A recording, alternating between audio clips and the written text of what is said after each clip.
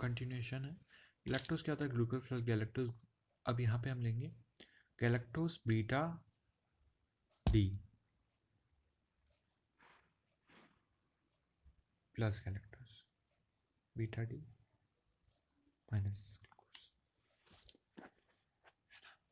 अब क्या है कि कुछ यहाँ पे तो मेल्टोज में क्या होता है, अल्फ़ा ग्लूकोज और ये अपना बीटा फ्रक्टोज है, तो दोनों के बीच में यहाँ पे वन ग्लूकोज का फर्स्ट और फ्रक्टोज का फोर्थ कार्बन, सॉरी माल्टोज ही है ना, तो दोनों तो ग्लूकोज ही है, तो फर्स्ट कार्बन और सेकेंड ग्लूकोज का फोर्थ कार्बन बॉन्ड बनता है, ग्लाइकोसाइडिक बॉन्ड बनता है। यहाँ बोलेंगे alpha one comma alpha four glycosidic bond, लेकिन इसको बोल सकते हैं alpha one comma four glycosidic bond. अब आप पॉलीसेकेराइड की बात करेंगे। पॉलीसेकेराइड दो टाइप के होते हैं, होमो पॉलीसेकेराइड, हेटेरोपॉलीसेकेराइड। होमो पॉलीसेकेराइड में जो भी होंगे कि जितने भी हम लोग मोनोसेकेराइड की चेन लेंगे वो मोनोसेकेराइड की चेन सेम होगी, सेम उसमें ग्लूकोज ग्लूकोज ग्लूकोज इस टाइप से होगा। और हेटेरो में क्या होता है, मतलब एक बहुत टाइप के मोनोसेकेराइड हो सकते हैं चेन में। होमो पॉलीसेकेराइड का क्लासिफिकेशन स्टोरेज पॉलीसेकेराइड हो सकता है, स्ट्रक्चर पॉलीसेकेराइड। स्टोरेज पॉलीसेकेराइड जैसे ग्लाइकोजन, ह्यूमन एंड बैक्टीरिया का स्टोर्ड फूड है ये ग्लाइकोजन, तो ये एक टाइप का पॉलीसेकेराइड है। स्टार्च क्या है? प्लांट का स्टोर्ड फूड। इन्युलिन क्या है? सम प्लांट्स में स्टोर्ड फूड जैसे दहलिया में, ठीक है।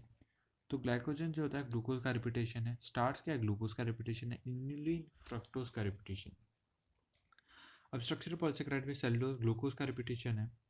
काइटिन जो है फंगस की सेल वॉल बनाता है, आर्थ्रोपोडा की आउटर वॉल में भी होता है, तो ये इसका क्या, ये किसका रिपीटेशन होता है? एन एसिटाइल ग्लूकोजामिन, नाग का रिपीटेशन होता है काइटिन। फिर हेटेरोपॉलीसेकेराइड में हम पढ़ेंगे पेप्टिडोग्लाइकेन। पेप्टिडोग्लाइकेन दो चीज़ का रिपीट इसमें होता है, नाग और नाम का, एन एसिटाइल ग्लूकोजामिन और एन एसिटाइल म्यूरामिक एसिड, नाग और नाम माओ। हाँ, पॉलीसेकेराइड, ठीक है, हेटेरोपॉलीसेकेराइड। अच्छा, पेप्टिडोग्लाइकेन क्या होता है? बैक्टीरिया की जो सेल वॉल होती है ना, पेप्टिडोग्लाइकेन की बनी होती है।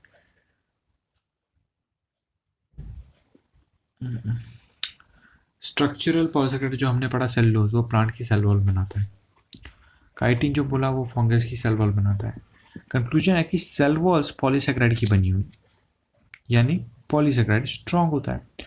फूड को स्टोर भी कार्बोहाइड्रेट के फॉर्म में किया जाता है, यानी कार्बोहाइड्रेट बहुत अनरिएक्टिव, तभी तो किसी चीज़ को स्टोर किया जाता है ना। अनरिएक्टिव रिएक्टिव का तो स्टोर कैसे करेंगे हम उसे, ठीक है। स्टोरेज पॉलीसेकेराइड कॉम्प्लेक्स काम कर रहे हैं तो ब्रांच होंगे। स्ट्रक्चर तो दीवार बनाए तो दीवार तो सीधी होती है, तो ये अनब्रांच होंगे। स्ट्रक्चरल क्या होंगे? अनब्रांच होंगे, जैसे ग्लाइकोजन। अभी हमने पढ़ा, अच्छा नहीं स्ट्रक्चरल नहीं बात करें, हम स्ट्रक्चर की बात करें। ग्लाइकोजन का स्ट्रक्चर पहले पढ़ेंगे। ये क्या होता है? अल्फा ग्लूकोज का पॉलीमर होता है और ये हाईली ब्रांच्ड है, क्योंकि ग्लाइकोजन हमने पढ़ा हाईली ब्रांच्ड है, क्योंकि ग्लाइकोजन क्या है? स्टोरेज का काम कर रहा है, तो है ना, होगा ना।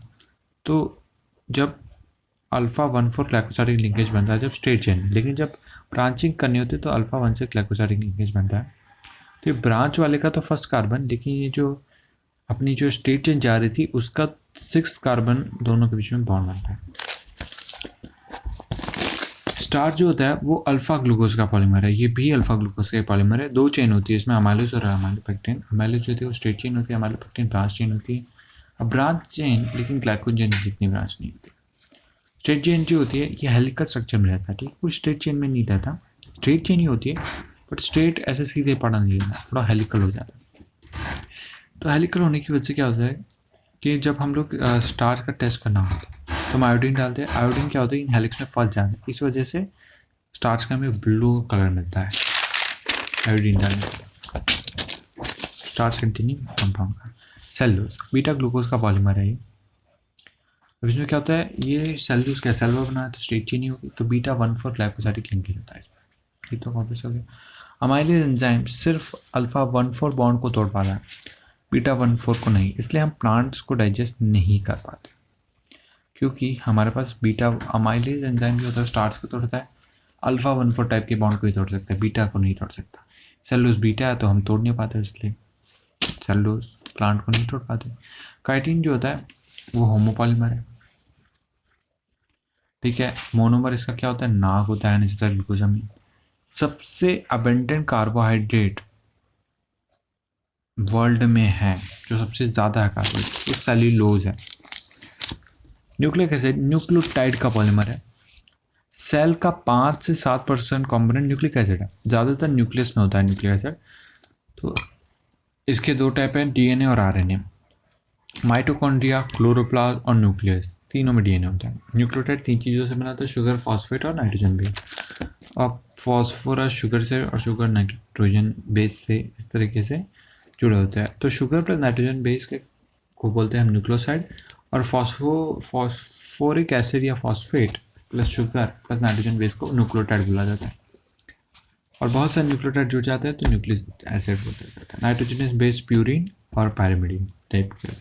प्यूरिन एडेनिन ग्वानिन और पायरिमिडीन साइटोसिन थायमिन यूरासा। आरएनए में राइबो शुगर होती है, डीएनए में डीऑक्सीराइबोस। ठीक, अभी जो राइबो शुगर है कुछ देख लो, इसमें कुछ चोच नहीं रहते, OH नीचे ही रहेगा, मतलब राइट साइड ही रहता है इसमें सारा कुछ। ये डीऑक्सीराइबोस है तो वो नहीं होगा।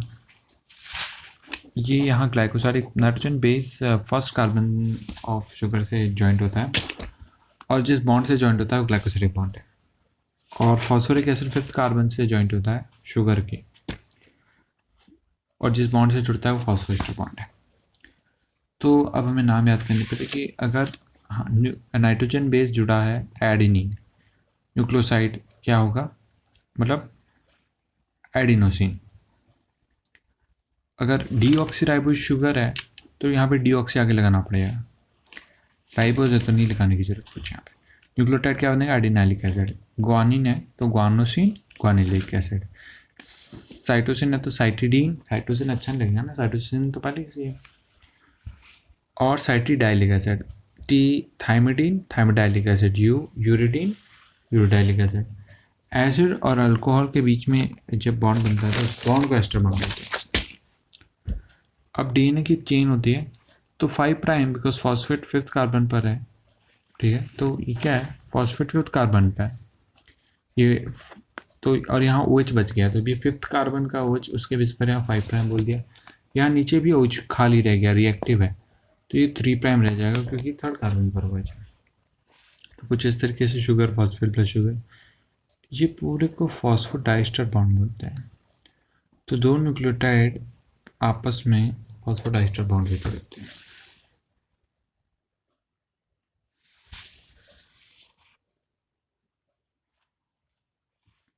इसलिए हम बोलते हैं कि बैकबोन होती है, शुगर फॉस्फेट की बैकबोन होती है ना। 5 prime 3 prime 3 prime 5 prime. Adenine thymine के साथ डबल बॉन्ड बना, हाइड्रोजन बॉन्ड बना के जुड़ता है, और ग्वानोसिन साइटोसिन के साथ जुड़ता है, ग्वानिन साइटोसिन के साथ जुड़ता है, triple hydrogen bond, 3 hydrogen bond के साथ। एंजाइम्स होते हैं, हम पहले पढ़ेंगे इसमें इंट्रोडक्शन, फिर एक्टिवेशन एनर्जी क्या होती है, फैक्टर्स अफेक्टिंग एंजाइम एक्टिविटी, फिर एंजाइम इनहिबिटर्स, फिर एंजाइम का क्लासिफिकेशन, फिर कोफैक्टर्स पढ़ेंगे।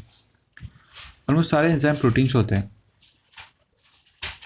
एक को छोड़कर, कौन सा, राइबोजाइम और राइबोन्यूक्लियस, दो है।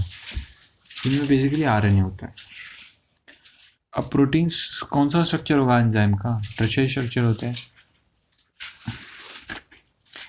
अब एंजाइम एक्टिविटी पढ़ेंगे। एंजाइम एक्टिविटी क्या होती है, enzyme plus substrate, enzyme plus substrate, ये एंजाइम सबस्ट्रेट कॉम्प्लेक्स, ये देखो एंजाइम सबस्ट्रेट कॉम्प्लेक्स बन गया। फिर बनता है, फिर सबस्ट्रेट अब चेंज होगा तो प्रोडक्ट में बनेगा एंजाइम प्रोडक्ट कॉम्प्लेक्स, फिर एंजाइम प्लस प्रोडक्ट अलग हो जाते हैं। एक्टिव साइट पर रिएक्शन होती है, सबस्ट्रेट के कुछ पुराने बॉन्ड टूटते हैं, नए बॉन्ड बनते हैं। रिएक्शन के दौरान एंजाइम यूज़ नहीं होते, वो सिर्फ कैटलिस्ट का काम करते हैं। एंजाइम को बायो कैटलिस्ट भी होते हैं, और टेम्परेचर और पीएच के सेंसिटिव होते हैं। तो इनऑर्गेनिक, अच्छा ये तो हो गया बायो कैटलिस्ट। अब इनऑर्गेनिक के जो कैटलिस्ट होते हैं वो हाई टेम्परेचर पर भी काम करते हैं। तो ये डिफरेंस है बायो कैटलिस्ट और इनऑर्गेनिक कैटलिस्ट में, ठीक है। मेटाबॉलिज्म, बॉडी में हो रही सारी केमिकल रिएक्शन को मेटाबॉलिक रिएक्शन बोलते हैं। और दो टाइप की मेटाबॉलिक रिएक्शन होती है, एनाबॉलिक रिएक्शन और कैटाबॉलिक रिएक्शन। कैटा बोलो काटा तो काटना, तो एक टूट कर बी सी डी ई ऐसे में बढ़ जा रहा है। एनाबॉलिक जोड़ना हो गया, A plus B plus C D बना रहा है। तो जो कैटाबॉलिक रिएक्शन होती है, इस रिएक्शन में एक बड़ी चीज छोटी छोटी चीजों में टूट जाती है। सारे मेटाबॉलिक रिएक्शन एंजाइम कैटलाइज होते हैं। सारे मेटाबॉलिक रिएक्शन जो होते हैं वो एंजाइम कैटलाइज्ड होते हैं। जिस रिएक्शन में हीट निकलती है वो रिएक्शन स्पॉन्टेनियस जल्दी हो जाती है, क्योंकि देखो यार हीट निकल रही है, हीट हमें कुछ एनर्जी नहीं देनी, एनर्जी अपने आप निकले तो अपने आप ही निकल जाएगी वो। तो वो रिएक्शन स्पॉन्टेनियस होगी, अपने आप जल्दी हो जाएगी, अपने आप नहीं जल्दी हो जाएगी। तो देखो प्रोडक्ट अगर एनर्जी कम है प्रोडक्ट की सबस्ट्रेट से तो स्पॉन्टेनियस रिएक्शन होगी, यानी हीट निकल रही है, और प्रोडक्ट की एनर्जी ज़्यादा है मतलब हमें हीट देनी पड़ेगी, तो नॉन स्पॉन्टेनियस रिएक्शन। एंजाइम किसी रिएक्शन को शुरू नहीं करते, वो सिर्फ पहले से हो रही रिएक्शन की स्पीड बढ़ाता है। और स्पीड क्या बोलेंगे, नंबर ऑफ प्रोडक्ट मॉलिक्यूल पर यूनिट टाइम में कितने बन रहे हैं। यानी नॉन स्पॉन्टेनियस रिएक्शन का एंजाइम शुरू, यानी नॉन स्पॉन्टेनियस रिएक्शन को एंजाइम शुरू नहीं करेगा, वो शुरू नहीं करता किसी रिएक्शन को, वो हो रही रिएक्शन की एंजाइम। कभी भी सबस्ट्रेट पूरा प्रोडक्ट में कन्वर्ट नहीं होता। एक ऐसा पॉइंट आता है जब जितने नए प्रोडक्ट मॉलिक्यूल बनते हैं उतनी वापस सबस्ट्रेट बन जाता है। इस पॉइंट को इक्विलिब्रियम बोलते हैं। जैसे यहाँ 20 मॉलिक्यूल, पहले हमने कुछ 100 इधर सबस्ट्रेट थे, धीरे धीरे प्रोडक्ट में चेंज होते जा रहे। एक पॉइंट आया जब यहाँ सबस्ट्रेट 20 थे और 80 हो गए, यहाँ प्रोडक्ट सबस्ट्रेट 20 मॉलिक्यूल और प्रोडक्ट 80 हो गए। अब क्या होगा, ये मान लो इक्विलिब्रियम पॉइंट है इस रिएक्शन के लिए। तो अब ये जैसे ही 19 मॉलिक्यूल हुआ और ये प्रोडक्ट 81 हुआ, वैसे तुरंत ही वापस ये 80 हो जाएगा और ये वापस 20 हो जाएगा। ठीक है, वापस इस्टेब्लिश हो जाएगा। एंजाइम इक्विलिब्रियम को चेंज नहीं करते, मतलब इक्विलिब्रियम का ये जो है ना 20 मॉलिक्यूल 80 मॉलिक्यूल, ये इस मॉलिक्यूल के नंबर को चेंज नहीं करेगा, बल्कि इसको जल्दी अटेन करने में हेल्प करते हैं। एक्टिवेशन एनर्जी, चाहे एक्सोथर्मिक रिएक्शन ही क्यों ना हो, सबस्ट्रेट को कुछ एनर्जी गेन करनी पड़ती है ताकि सबस्ट्रेट आपस में टकराए एंड पुराने बॉन्ड टूटे, नए बॉन्ड बने। लेकिन हर टकराव सही नहीं होता।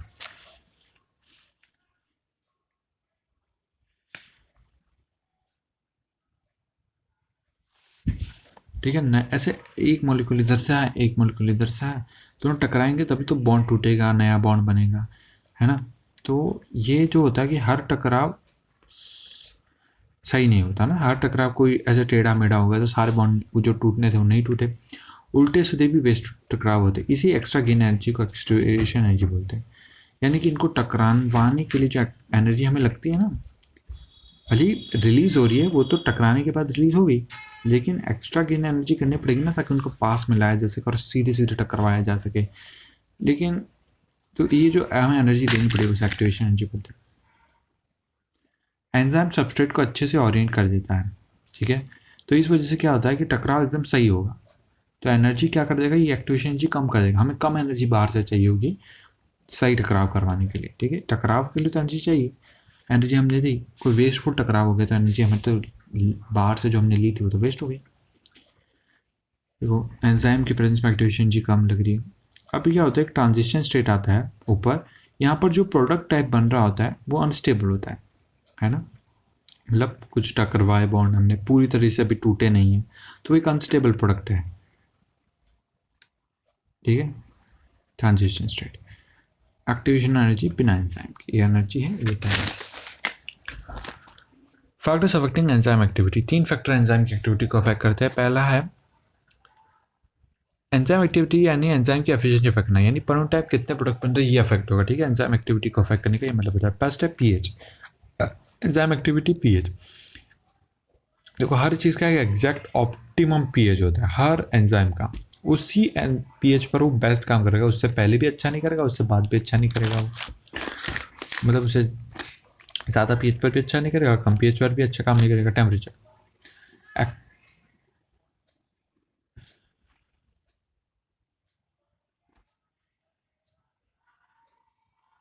टेम्परेचर क्या हो जाए, एक्टिविटी और टेम्परेचर हर चीज़ का, हर एंजाइम का एक ऑप्टिमम टेम्परेचर होता है, उससे ज़्यादा टेम्परेचर भी अच्छा काम नहीं करेगा, कम पर भी अच्छा नहीं करेगा। लेकिन एक स्पेशल फैक्ट है, बहुत ठंडे में अगर एंजाइम को रख दिया जाए तो टेम्परेरी एंजाइम इनएक्टिवेट हो जाता है, लेकिन अगर उस कंडीशन से उसे बाहर निकाल दिया जाए, मतलब नॉर्मल ऑप्टिमम टेम्परेचर पर दिखा जाए तो वो अच्छे से एक्टिवेट हो जाएगा और अच्छे से काम करेगा। लेकिन अगर किसी एंजाइम को बहुत गर्मी में रख दिया जाए तो वो डी नेचर हो जाता है। एंजाइम डी नेचर हो गया मतलब अब वो फंक्शनल रहा ही नहीं, उसके टर्शियरी स्ट्रक्चर टूट गया, सेकेंडरी स्ट्रक्चर टूट गया, प्राइमरी में आ गया स्ट्रक्चर में, अब परमानेंट फंक्शन लेस हो गया। तो ठीक है, तो जब हम मिल्क को पैस्चराइज करते हैं तो एंजाइम डीनेचर हो गया अंदर के, जो मिल्क के अंदर थे। अब उसे तुम पूरे दिन बाहर रख दो, कोई फर्क नहीं पड़ने वाला, वो नहीं फटेगा ना। हर 10 डिग्री सेल्सियस टेम्परेचर में चेंज पर एंजाइम का रेट ऑफ रिएक्शन डबल हो जाता है। ठीक है, जैसे ये तो शुरुआत, इससे पहले की बात करें, ऑप्टिमम टेम्परेचर से पहले की बात करें कि जैसे 10-10 डिग्री टेम्परेचर बढ़ाते जाओगे, एंजाइम का जो एक्टिविटी है वो डबल होती जाएगी, है ना, रेट ऑफ रिएक्शन डबल हो जाए। ये ऑप्टिमम टेम्परेचर से पहले के लिए। अब थर्ड जो फैक्टर है सबस्ट्रेट का कॉन्सेंट्रेशन, तो एक्टिविटी और सबस्ट्रेट का कॉन्सेंट्रेशन। तो जैसे जैसे रिएक्शन, फॉर एग्जांपल 5 एंजाइम है एंड एक एंजाइम ए सेकेंड में सबस्ट्रेट को प्रोडक्ट बना रहे थे, तो 5 मॉलिक्यूल डालने पर 1 सेकेंड में 5 प्रोडक्ट मिलेंगे, लेकिन 5000 मॉलिक्यूल डालने पर से भी 1 सेकेंड बाद 5 प्रोडक्ट ही मिलेंगे। जब एंजाइम में 5 है तो 5 है। तो सबस्ट्रेट एक लिमिट तक ही, जैसे मैक्सिमम देखो, 5 एंजाइम है और हमने 1 2 3 सबस्ट्रेट डाले, तो 3 सबस्ट्रेट 1 सेकेंड बाद हमें 3 मॉलिक्यूल मिलेंगे प्रोडक्ट के। तो ऐसे तो बढ़ता जाएगा, लेकिन एक पॉइंट जब 5 एंजाइम 5 सबस्ट्रेट हो गए अपने पास, तो कितने भी और सबस्ट्रेट ज़्यादा हो इससे कोई फ़र्क नहीं पड़ेगा। ठीक है, तो ये इसके बाद कांस्टेंट हो जाती है। ये जो इस रेट पर यूनिट टाइम कितने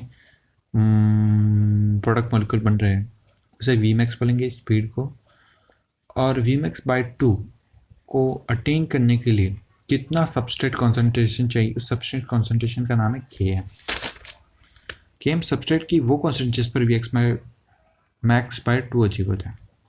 वी क्या है, number of products form per unit time. जितने प्रोडक्ट्स होंगे उन्हें बताने के लिए थोड़े ज़्यादा सबस्ट्रेट डालने पड़ते हैं। ठीक है, एग्जैक्ट नहीं होता कि 5 सबस्ट्रेट डाले तो 5 प्रोडक्ट बनेंगे, ऐसा नहीं होता, एंजाइम जुड़ नहीं पाते कभी कभी। इसलिए हम ऐसा नहीं बोलेंगे कि जितने जैसे वी मैक्स अगर 20 प्रोडक्ट पर सेकंड है तो वी मैक्स बाई 10 प्रोडक्ट पर सेकंड है, तो इसके लिए के एम 20 सबस्ट्रेट हो गया, है ना, क्योंकि ज़्यादा हमें डालने पड़ते हैं। ऐसे नहीं होगा कि अगर स्पीड है 10 प्रोडक्ट पर सेकंड तो हम बोलेंगे 10 सबस्ट्रेट डालने पड़ेंगे, ऐसा नहीं होगा, हमें ज़्यादा। तो के एम की वैल्यू ही पता करने के लिए, जिस एंजाइम की के एम वैल्यू होगी वो ज़्यादा एफिशिएंट एंजाइम, जिसकी एंजाइम की केएम वैल्यू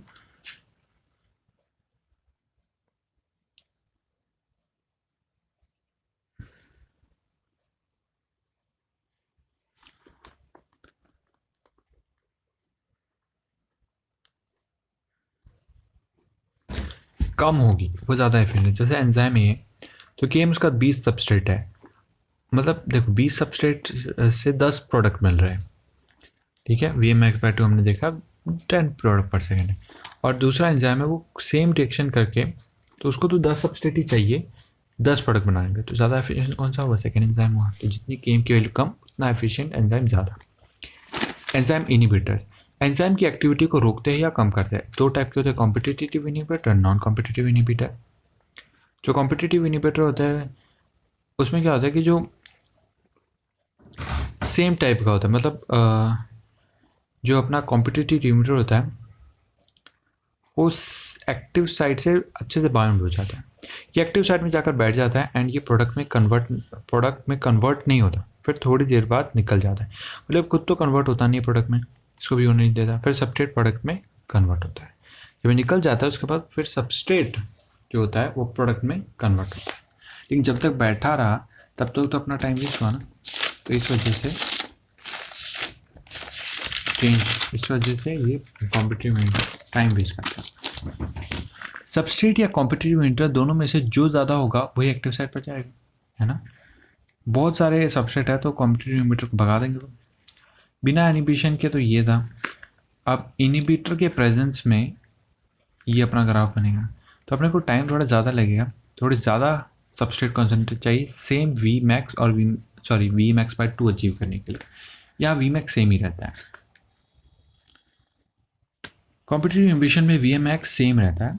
इनिबिटर को एंजाइम की इनिबिटर एंजाइम की स्पीड को कम कर देता है, बट अगर सब्सट्रेट कॉन्सेंट्रेशन लगातार इंक्रीज करती जाती है तो इनहिबिटर का काम तमाम एंड फिर थोड़ी टाइम लगेगा बट मैक्स तक ग्राफ पहुंच जाएगा।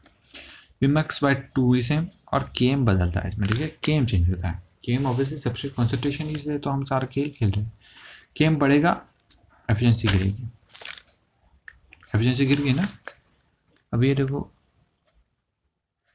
केम बढ़ेगा, एफिशिएंसी गिरेगी। कॉम्पिटिटिव इनिबिशन का एग्जांपल है तो सक्सिनेट यानी सक्सिनिक एसिड को एक एंजाइम है, सक्सिनिक डिहाइड्रोजनेज एंजाइम, जो उसे प्रोडक्ट में कन्वर्ट कर दे। मेलोनेट यानी मेलोनिक एसिड वो कॉम्पिटिटिव इनिबिटर है जो कुछ नहीं बनाता बट इस रिएक्शन में इस एंजाइम के साथ बाउंड हो जाता है, इस सब्सट्रेट के को बाइंड नहीं होने देता। सल्फर, सेकेंड एग्जाम्पल सल्फाडक, बैक्टीरिया को मारने के काम आती है, कॉम्पिटिटिव इनिबिशन से मारा जाता है, ठीक है, नॉन कॉम्पिटिटिव इनिबिशन। अब सबस्ट्रेट और इनिबिटर ये एक्टिव साइट को छोड़कर बाकी जगह जुड़ता है एंड एक्टिव साइट का स्ट्रक्चर चेंज कर देता है। तो अब ये भी नहीं, ये बाइंड भी हो जाएगा तो प्रोडक्ट बनेगा नहीं, स्ट्रक्चर चेंज कर दिया ये तो ये भी नहीं जुड़ पाएगा।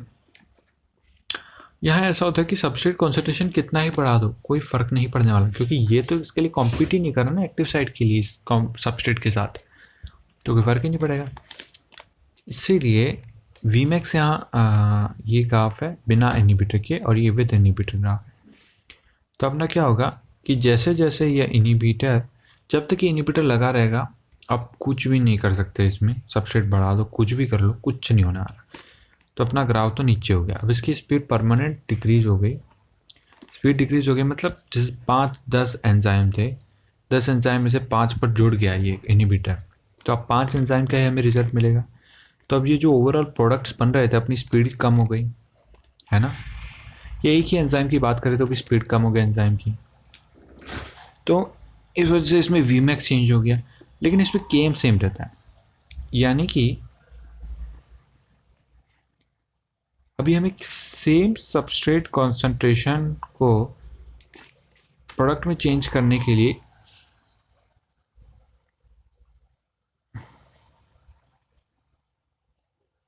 इसमें केम सेम रहता है, Vmax चेंज होता है। Vmax चेंज होता है तो Vmax बाय 2 भी चेंज होगा। जब तक इनिबिटर हटेगा नहीं तब तक प्रोडक्ट बनेगा नहीं। यहाँ इनिबिटर एक्टिव साइट के लिए कम्पीट नहीं कर रहा, चाहे सबस्ट्रेट कॉन्सेंट्रेशन कितना ही बढ़ा दो इनिबिटर अपनी पोजीशन से नहीं हटेगा। यहाँ Vmax भी चेंज हो जाएगा बिकॉज मान लो 10 एंजाइम से 6 पर इनिबिटर आ गया तो स्पीड तो अब कम हो गई होगी। एग्जाम्पल साइडनाइड पॉइजनिंग, साइडनाइड हमारे रेस्पिरेटरी एंजाइम के साथ नॉन कॉम्पिटिटिवली बाइंड कर जाता है तो बॉडी एटीपी नहीं बना पाती, कम बना पाती है, ठीक है। भी समझ नहीं आ रहा कि Vmax बाय 2 अपना कम हो गया ना, जैसे Vmax कम हो गया स्पीड हो गई रिएक्शन की कम, तो Vmax बाय 2 भी कम हो जाए। इसमें केम चेंज नहीं होता, बस याद कर लेना है केम चेंज नहीं होता। एंजाइम क्लासिफिकेशन, अब ठीक है, अब इसका क्या 6 टाइप के enzyme classification on the basis of function होता है। OTHLIL, अब इसका कैसे याद रखेंगे, होटल इल, बीमार होटल है, होटल बीमार है, तो ओथल इल है कुछ, ओथल इल। अब O ऑक्सीडोरेडक्टेज, T transferase, H hydrolase, L ligase, I isomerase, L ligase. अब ये O ऑक्सीडोरेडक्टेज और ट्रांसफरेज भाई भाई। ऑक्सीडोरेडक्टेज में क्या होता है कि ये H इससे इसका तो ऑक्सीडेशन हुआ और इस B का रिडक्शन हो गया, तो H इससे इसमें भग जाता है। ट्रांसफरेज में ऑक्सीडोरेडक्टेज को हम डिहाइड्रोजनेज भी बोलते हैं। ट्रांसफरेज में H को छोड़कर कोई और होगा, यहाँ पे स्टार की जगह H की जगह कोई भी हो सकता है, सेम हो गए भाई भाई। हाइड्रोलेज क्या होगा, पानी देकर पानी से बॉन्ड तोड़ा जाता है, तो AH AB फिर क्या बन जाएगा AH प्लस BOH बन जाएगा। लाइएज, पानी भी मत पूछो एंड बॉन्ड तोड़ दो, तो AB बॉन्ड था A प्लस B बना दो, डायरेक्ट बॉन्ड तोड़ दो। आइसोमरेज, आइसोमराइजेशन, जैसे ग्लूकोज या फ्रक्टोज दोनों का आइसोमराइजेशन, आइसोमर्स होगा ना, तो ये आइसोमरेज आइसोमर्स बनाने का काम करता है। एल लाइगेज, ये अकेला एक भला एंजाइम है इसलिए लास्ट में आ रहा है, ठीक है, भले लोग लास्ट में आता है, जोड़ने वाला है, A प्लस B AB।